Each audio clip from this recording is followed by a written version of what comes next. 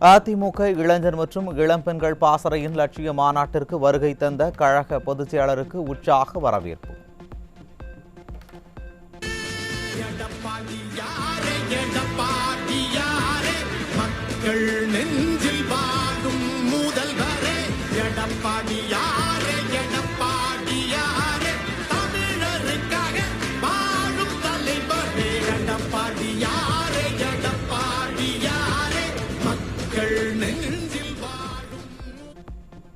மாநாட்டில் பாசறை கீதம் வெளியிடப்பட்டு தமிழகத்தை சீரழித்து வரும் திமுக அரசை விரட்டி அடிக்க அதிமுக சார்பில் உறுதிமொழி ஏற்பு. இளைஞர்களை இளம்பெண்களை போதை கலாச்சாரத்திற்குள் தள்ளி கொண்டிருக்கிற ஸ்டாலின் தலைமையிலான காட்டாட்சி தர்பாருக்கு முடிவு கட்டி மக்கள் நலத்தை பேணுகிற புரட்சி தமிழர் அண்ணன் எடப்பாடியார் அவர்களை அரசு அமைப்பதற்கு நம்முடைய முழுமையான உழைப்பை கொடுப்போம். இன்றைக்கு பல பேருக்கு தூக்கம் வராது. கோட்டையில் இருப்பவர்களை வீட்டிற்கு அனுப்புகிற கூட்டம் அதிமுக. தீய சக்தி திமுகவை வீழ்த்த புரட்சி தலைவர் எம்ஜிஆரால் தொடங்கிய கட்சி அதிமுக என கழக பொதுச் செயலாளர் எடப்பாடி கே பழனிசாமி பேச்சு. கோட்டையிலே இருக்கின்றவரை வீட்டுக்கு அனுப்புகின்ற கூட்டம் இந்த கூட்டம்.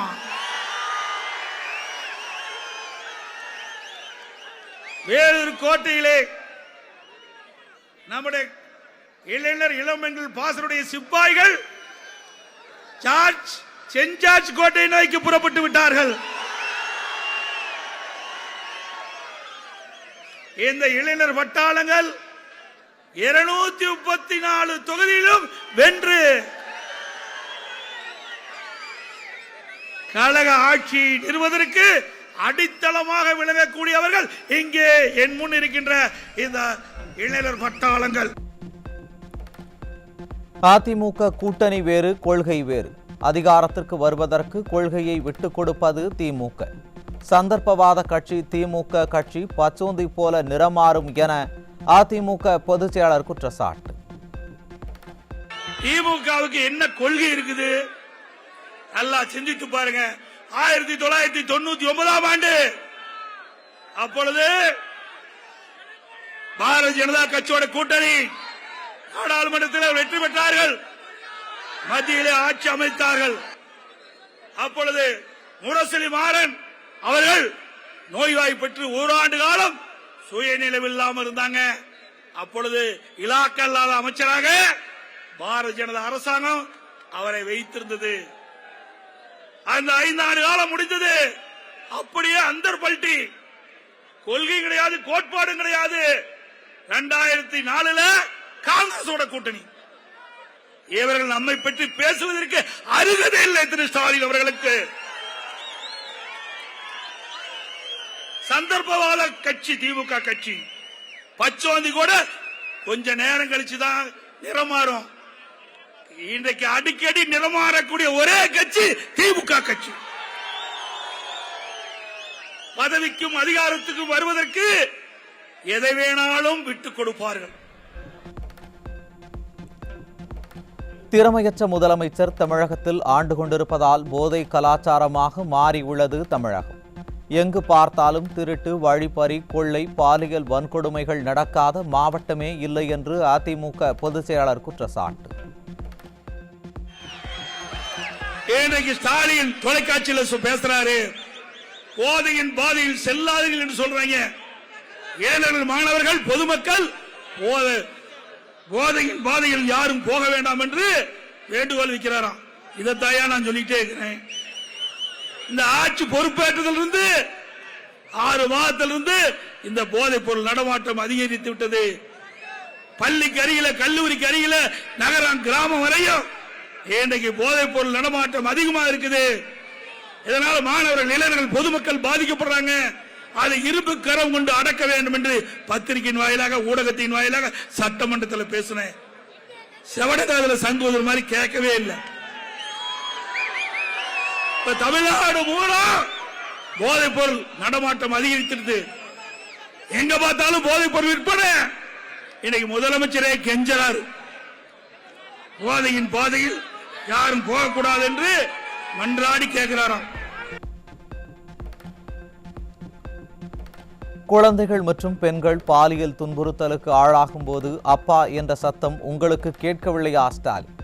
திமுக ஆட்சிக்கு வந்ததில் இருந்து பாலியல் வன்கொடுமைகள் நடக்காத நாளே இல்லை என அதிமுக பொதுச் செயலாளர் குற்றச்சாட்டு. இன்றைக்கு திரு ஸ்டாலின் இன்றையும் சொன்னார், நான் வெளியிலே செல்கின்ற பொழுது, மக்களை பார்க்கின்ற பொழுது இளைஞர்கள் என்னை அப்பா என்று அழைக்கின்றார்கள் என்று புதுசா கண்டுபிடிச்சிருக்கார். அப்பா என்று மக்கள் கேட்கின்றார்கள். குழந்தைகள் மற்றும் பெண்கள் பாலியல் துன்புறுத்தும் போது கதற சத்தம் அப்பா அப்பா என்று கதறுகிறது. அந்த சத்தம் உங்களுக்கு கேட்கவில்லையா?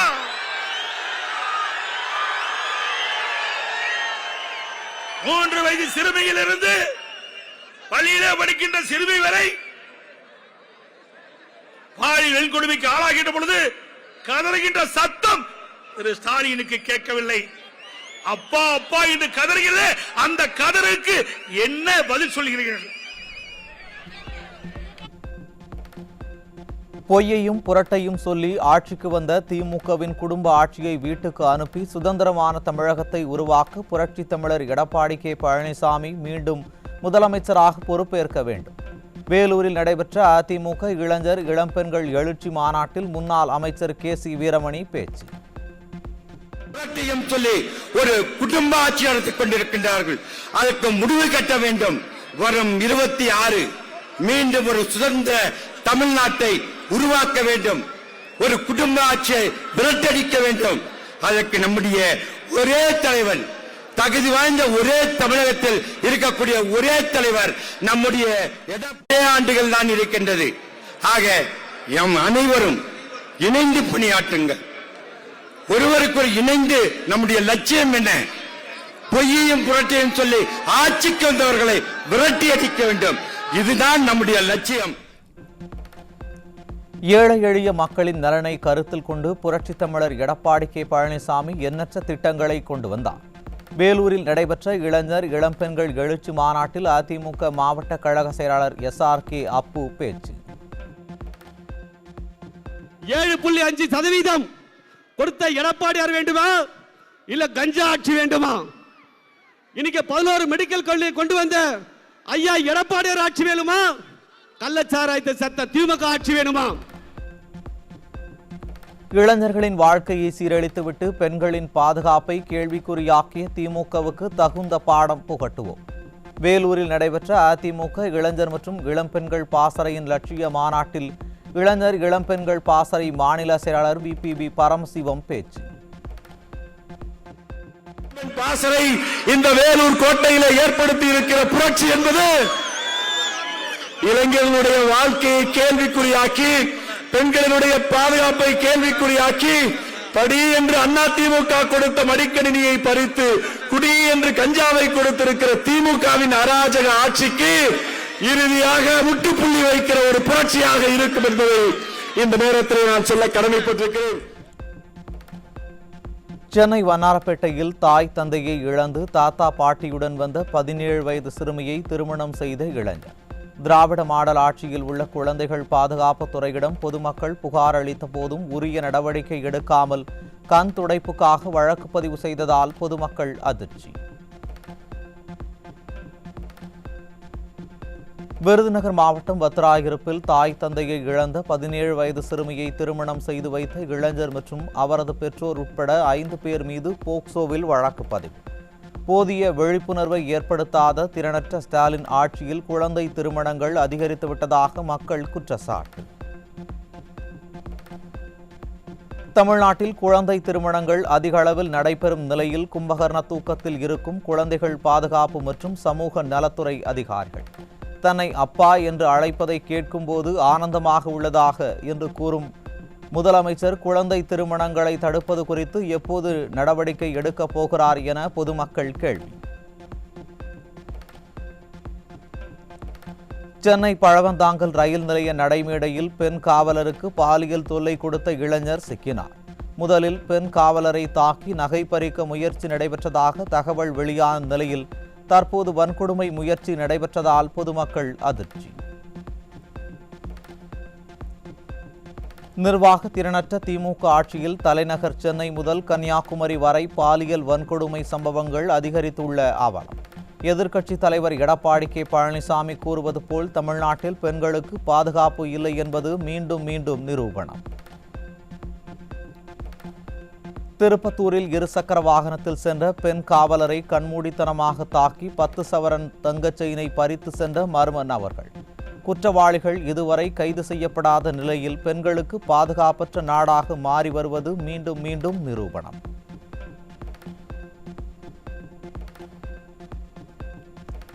புதுச்சேரியில் 1ஆம் வகுப்பு மாணவி பாலியல் தொல்லைக்கு உள்ளான சம்பவத்தில் வலுக்கும் போராட்டம். பள்ளியின் தாளாளரை கைது செய்யாத காவல்துறையை கண்டித்தும் சிபிஐ விசாரணைக்கு உத்தரவிட வலியுறுத்தியும் தவளக்குப்பம் சந்திப்பில் மாணவ மாணவிகள் சாலை மறியல்.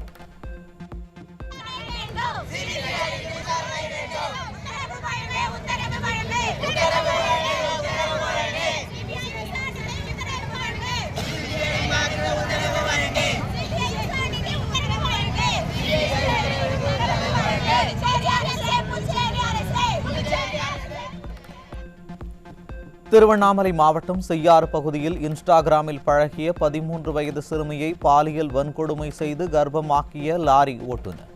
திராவிட மாடல் ஆட்சியில் சிறுமிகளுக்கு எதிரான பாலியல் அத்துமீறல்கள் அதிகரித்து வரும் நிலையில் கையாளாகாத ஸ்டாலின் அரசு வெற்று வாய்ச்சவடால் மட்டுமே பேசி வருவதாக பெற்றோர் ஆத்திரம்.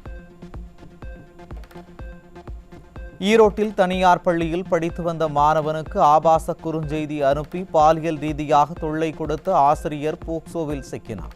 திறனற்ற ஸ்டாலின் ஆட்சியில் மாணவிகளை தொடர்ந்து மாணவர்களும் பாலியல் வன்கொடுமையால் பாதிக்கப்படும் சம்பவம் அதிகரித்துள்ளதாக பெற்றோர் அதிர்ச்சி. தமிழ்நாட்டில் கடந்த 2023ஆம் ஆண்டில் 4470 போக்சோ வழக்குகள் பதிவான நிலையில் 2024ஆம் ஆண்டில் மட்டும் 6920 உயர்ந்துள்ளதாக அதிர்ச்சி தகவல். எதிர்க்கட்சித் தலைவர் எடப்பாடி கே பழனிசாமி கூறுவது போல் தமிழ்நாட்டில் பெண்களுக்கு பாதுகாப்பு இல்லை என்பது மீண்டும் மீண்டும் நிரூபணம். கடலூர் மாவட்டத்தில் உள்ள முட்லூரில் உள்ள அரசு கல்லூரியில் மாணவிக்கு பாலியல் தொல்லை கொடுத்த சம்பவத்தை அரசு கல்லூரிகள் வகுப்புகளை புறக்கணித்து போராட்டம். மாணவிகள் மீதான பாலியல் வன்கொடுமைகளை தடுத்து கடுமையான சட்டங்களை நிறைவேற்ற வலியுறுத்தி முழக்கங்களை எழுப்பிய மாணவர்கள்.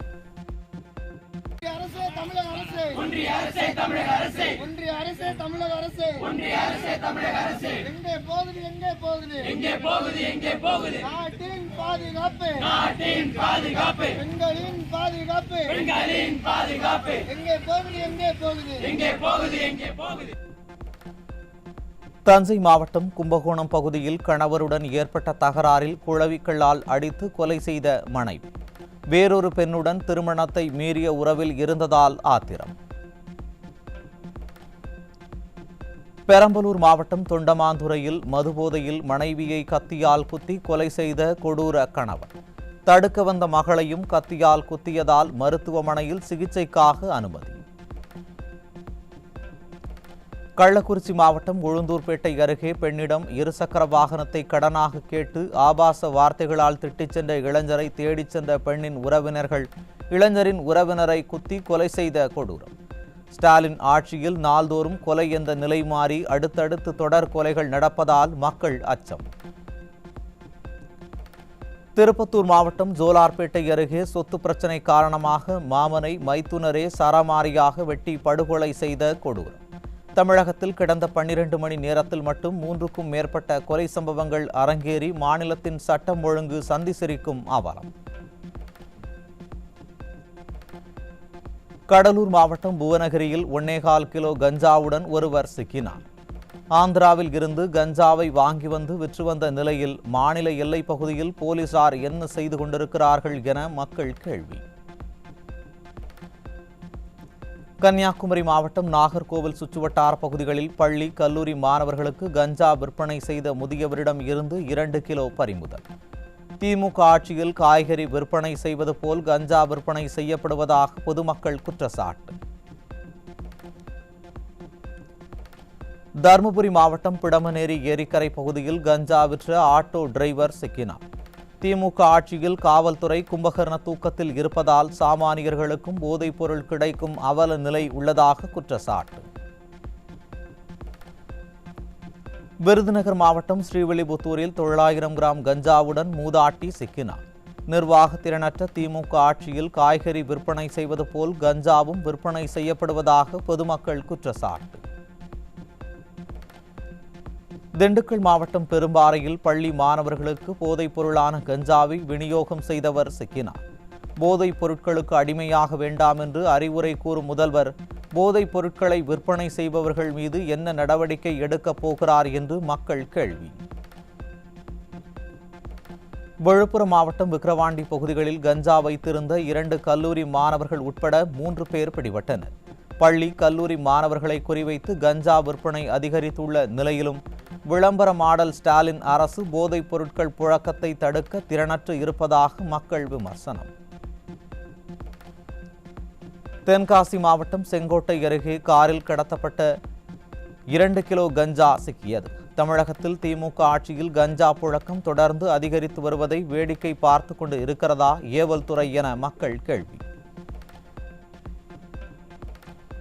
பெங்களூருவில் இருந்து சென்னை அயனாவரத்திற்கு ரயில் மூலம் கடத்தி கொண்டு வரப்பட்ட 19.5 கிலோ குட்காவுடன் இளைஞர் சிக்கினார். திராவிட மாடல் ஆட்சியில் காவல்துறை ஆழ்ந்த கும்பகர்ண தூக்கத்தில் இருப்பதால் குட்கா விற்பனை படுஜோராக நடைபெற்று வருவதாக பொதுமக்கள் குற்றச்சாட்டு. கள்ளக்குறிச்சி மாவட்டம் சங்கராபுரத்தில் தடை செய்யப்பட்ட 8 கிலோ குட்கா மற்றும் 30 மது பாட்டில்களுடன் 2 பெண்கள் உட்பட 4 பேர் சிக்கினர். நிர்வாக திறனற்ற திமுக ஆட்சியில் தடை செய்யப்பட்ட குட்கா உள்ளிட்ட பொருட்கள் எப்படி கிடைக்கிறது என்று கேள்வி எழுப்பியுள்ள மக்கள் காவல்துறைக்கு தெரியாமல் இது எப்படி நடைபெறும் என்றும் கேள்வி. கடலூர் மாவட்டம் பன்ருட்டியில் விற்பனைக்காக பதுக்கி வைத்திருந்த 50,000 ரூபாய் மதிப்புள்ள குட்கா பொருட்களுடன் அண்ணன் தம்பி சிக்கினர். தடை செய்யப்பட்ட பொருட்கள் தமிழ்நாட்டிற்குள் எப்படி வருகிறது என கேள்வி எழுப்பியுள்ள மக்கள் ஸ்டாலின் என்ன செய்து கொண்டிருக்கிறார் என்றும் மக்கள் கேள்வி.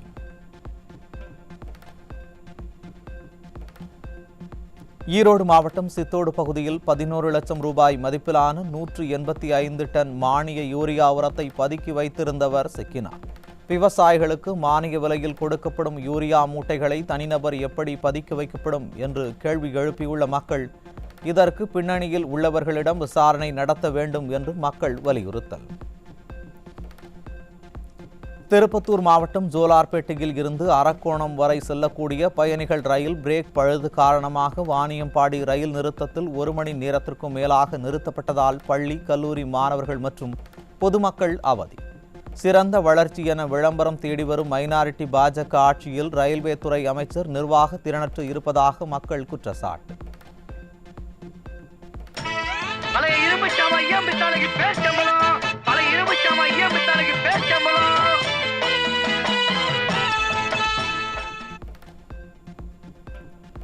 தேனி மாவட்டம் கம்பம் நகராட்சி குப்பை கிடங்கில் 6 மணி நேரத்திற்கும் மேலாக கொழுந்துவிட்டு எரியும் தீயை அணைக்க முடியாமல் திணறும் தீயணைப்புத்துறை.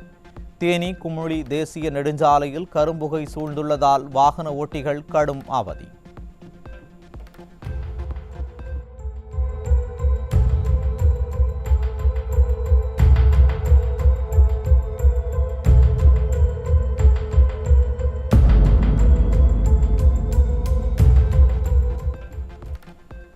திருவண்ணாமலை மாவட்டம் செய்யாறு அருகே மேல்மா சிப்காட் விவகாரத்தில் விவசாய நிலத்தை தரிசு நிலம் என பொய்யான தகவலை கூறிய திமுக எம்எல்ஏ ஜோதி எம்பி தரணிவேந்தனின் உருவ பொம்மையை எரித்து விவசாயிகள் போராட்டம்.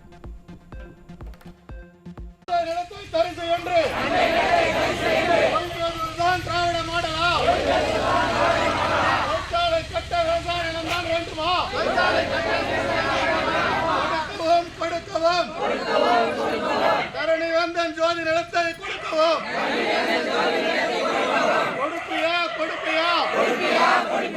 எம்எல்ஏ ஜோதியே எம்பி தரணிவேந்தனே உங்கள் நிலத்தை சிப்காட்டிற்கு கொடுப்பியா?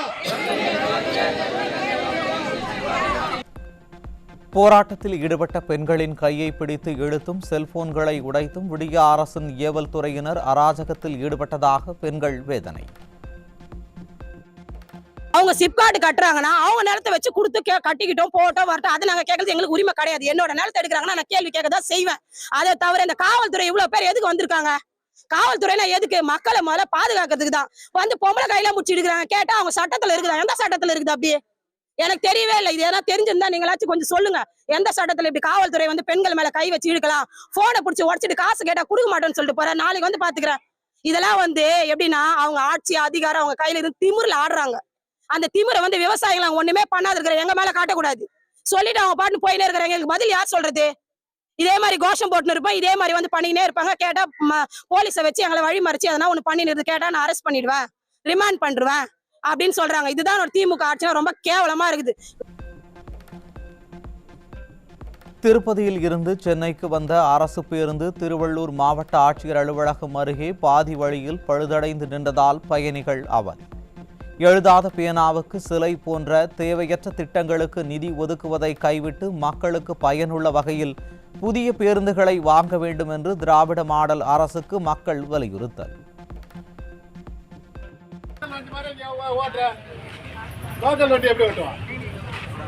பக்கத்துல ஓட்ட மாட்டா 20 கிலோ 10 கிலோ அந்த வண்டி மாதிரி ஓட்டுற. திருப்பதியில இருந்து இப்படி ஏற்றிட்டு வரானுங்க. திருப்பதியில சீட்டு மட்டும் போட்டு ஏற்றிட்டு வரான்னு லாங்ல ஒரே முட்டை கவர்மெண்ட் அப்படின்னா அவ்வளவு பணம் மீதி பண்றேன். 2G ஊழல் புகாரில் மேல்முறையீட்டு வழக்கின் விசாரணையை வேகப்படுத்த வேண்டும் என்றும் விசாரணைக்கு அதிக அளவிலான நாட்களை ஒதுக்க வேண்டும் என்றும் டெல்லி உயர்நீதிமன்றத்தில் சிபிஐ வாதம்.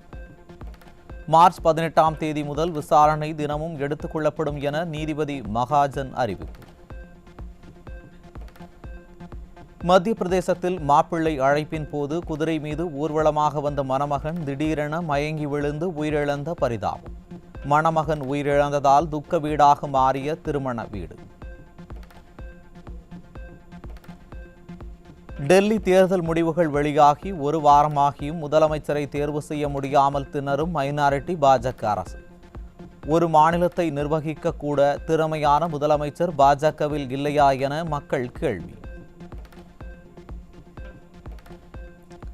தலைநகர் டெல்லியில் அதிகாலையில் ஏற்பட்ட நிலநடுக்கத்தால் பொதுமக்கள் அதிர்ச்சி. நிலநடுக்கம் ரிக்டர் அளவுகோலில் 4ஆக பதிவான நிலையில் வீதிகளில் தஞ்சமடைந்த மக்கள். இந்தியா 80 கோடி மக்களுக்கு இலவச உணவு தானியங்களை வழங்குவதை பெருமையாக கூறும் வெளியுறவு அமைச்சர். நாட்டின் அடிப்படை தேவைகள் கூட மைனாரிட்டி பாஜக ஆட்சியால் தீர்க்கப்பட முடியவில்லையா என மக்கள் கேள்வி.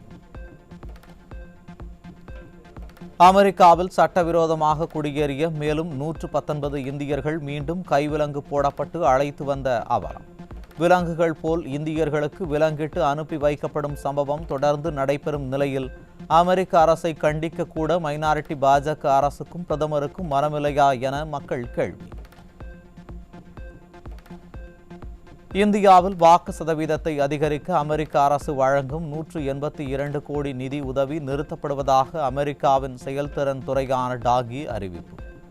வங்கதேசம், நேபாளம், மாலி, தெற்கு ஆப்பிரிக்கா உள்ளிட்ட நாடுகளுக்கும் ஒதுக்கப்பட்ட நிதியையும் தொழிலதிபர் எலான் மஸ்க் தலைமையிலான செயல்திறன் குழு நிறுத்தி வைத்துள்ளது. 18வது சீசனுக்கான இந்தியன் பிரீமியர் லீக் கிரிக்கெட் 2025 அட்டவணையை வெளியிட்டது IPL நிர்வாகம். மார்ச் 22ஆம் தேதி தொடங்கும் முதல் போட்டியில் நடப்பு சாம்பியனான கொல்கத்தா அணி பெங்களூரு அணியுடன் மோதுகிறது. சென்னை சேப்பாக்கத்தில் மார்ச் 23ஆம் தேதி நடைபெறும் போட்டியில் மும்பை, சென்னை அணிகள் மோதுகின்றன. மே 21ஆம் தேதி ஹைதராபாத்தில் எலிமினேட்டர் போட்டியும், மே 25ஆம் தேதி இறுதிப் போட்டி கொல்கத்தாவில் நடைபெறும் என்றும் அறிவிப்பு.